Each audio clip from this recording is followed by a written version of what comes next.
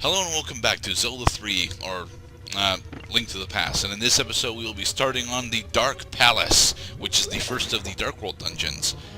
Dark Palace in general is actually a decent challenge. I find that it's a bit lengthy, but aside from its length, it's actually relatively simple once you get the dungeon item.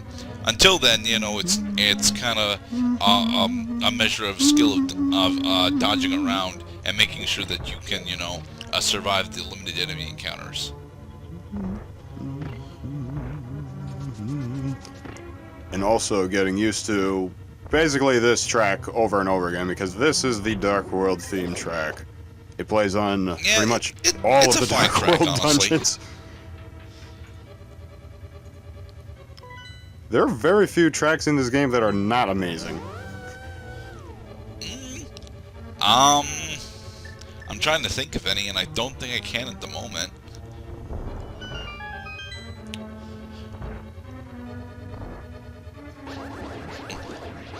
So, what do you remember about the Dark Palace, Mr. Cloud?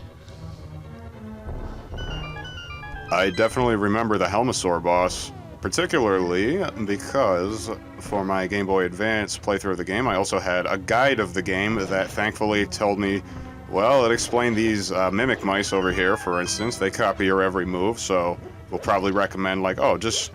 Well, I mean, the green ones are piss easy, because they copy your exact movements. They'll seldom be dangerous. Sometimes you have to be explained these things, though. But the red ones, if you line yourself up perfectly with them, they will shoot you with laser beams. Pretty much. They are tricky. Flying choo-choos. Duh map. I love the level of suspense. Just to get a map, you gotta crap your pants.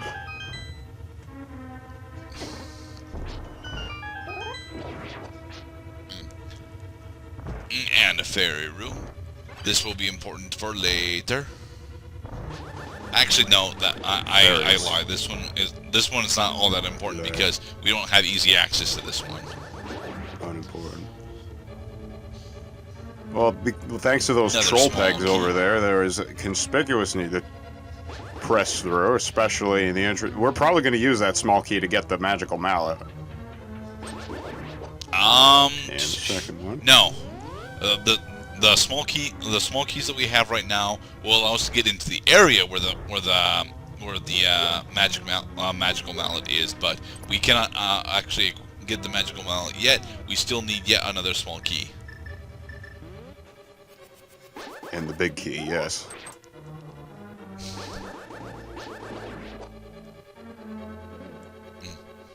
This puzzle in particular always stumped me up during my earlier playthroughs.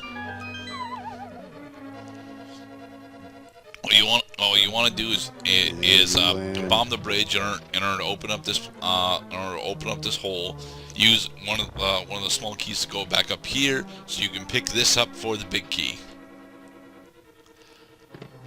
And then you want to drop back down in order to warp out. You got a key. In case you haven't figured it out yet, you will be fine. Map descending. What you could also do now that we have the small key is use the magic mirror to warp back to the entrance. Or use this? Nope, it just changes the room. I mean, around. sure, nice. but you know, this just puts you here. Yay! I'm already lost. Oh, we're back at the beginning. I'm not lost anymore. We're back at the entrance. I dislike this room personally. Yeah, this room is. Oh, God damn it. This room is just loaded with these bumpers. But that's honestly all that's in here. However, because of these bumpers, it can be a bit of a hassle to get through this room. Yes, that way. I think the game is trying to tell me something. trying to deal with the bumpers without actually slashing over the barriers there, because if you slash over those barriers at the moment, you'll just end up falling into the pit, almost like so. Right. Because of the angulature, because the sword is going to register a hit from below, so it's going to push you away because of Newtonian physics in my Zelda game. And now we can safely actually go across. it registers a hit up on top, which pushes you diagonally backwards.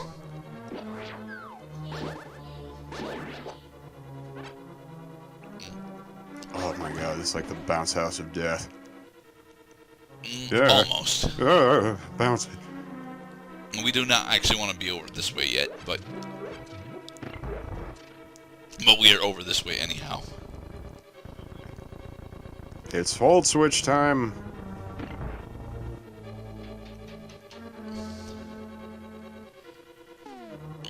And arrows. There are 3 mice in here. Shoot them. So what else is with new in the world of your Cloud? Arrows. Just settling home for the holidays. And yes, I am dating the episode by saying so. And it feels good, my friend. It's fine to date the episode. After What all, else I've is been playing new a in bunch of the Smash world of Ultimate. wall-pushing Gerdat? Well, wall-pushing Nice. Gerdat has not actually been all that active recently. However, normal Gerdat has been playing Smash Ultimate, and he likes it a lot. But my god, some of the later challenges are stupid. For example. Pretty much fighting any of the legend spirits is a testament in how cheap the game really wants to be at your face. My current favorite example of this is the Sukapon fight. I love that Sukapon is actually here, but the issue that I have with the fight is that the Mii Gunner that you have to fight in order to actually win, well, it's a stamina fight for one. So the Mii Gunner has got more health than you do, and for two, he does significantly more damage than you do as well. Well, ain't no challenge like a multiplier challenge. Get launched all over the fucking place, I'm sure, at low damage levels. Obnoxious. No, that was Brawl that did that all the damn time. Thankfully, Smash Ultimate doesn't have launch multipliers all that high. Oh, thank God. Is there still sudden death mode? There is. I've not actually done any normal all that much normal smashing, because that's not really why I play Smash Brothers. To be perfectly honest, I play Smash Brothers for the single player content. So normal smashing is, just a thing that I'll end up doing to complete the board eventually. Nice. Yeah, starting with Melee, they had loads of single-player content and made it amazing. Melee and Brawl did. 4 did not. 4 had almost no single-player content. Smash and Brothers Ultimate is based on 4, so online. Ultimate is based on 4, so I'm glad they expanded the single-player content quite significantly. But at the same point, they did it in a rather ungenuine way.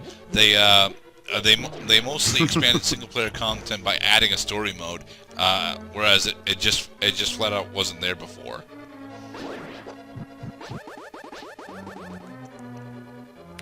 What was another game that applied a story where it didn't belong? I'm thinking Clue. Yeah, Clue does not require a story.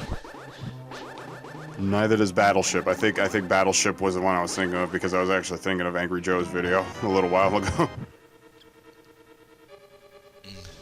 Well, honestly, that was because Battleship, the video game, was trying to be a first-person shooter as opposed to a strategic board game, because it was based on the movie. I mean, I'd say they succeeded. They succeeded in making it a first-person shooter, but that was their greatest downfall also, because that's all they succeeded in creating was a first-person shooter game. And not a very good one. And not a very good one. Extremely repetitive, as I understand it, because all the missions involve exactly the same objective. I digress, though. No, that's Godzilla. Let us not narratize Battleship. Alright, but the magic hammer allows us to do several different things. It allows us to finally deal with these turtleoid enemies by flipping them over on their backs, because we are assholes. Yeah. It already makes the dungeon feel very easy, much more liberal. Aiding. 5 rupees. Screw that chest. Spikes. I'm just actually checking crash your the walls game here by because fucking... because it's been a while since I'm just checking the walls here because it's been a while since I've actually gone through Dark Palace normally. Hell yeah. Well, why would they... How could they invite players to put the bombs there and then be surprised that players are trying to bomb the walls? Well, those are mostly fake walls. They do not actually do anything when you bomb them, sadly. Sad but we indeed. can go finish the dungeon now. We're just picking up this treasure chest because I don't think that we actually need that small. No, wait, yeah, we need that small key. We do. We need that small key because the area that we're going to does not have a small key. That we can pick up on our way through. Bastards.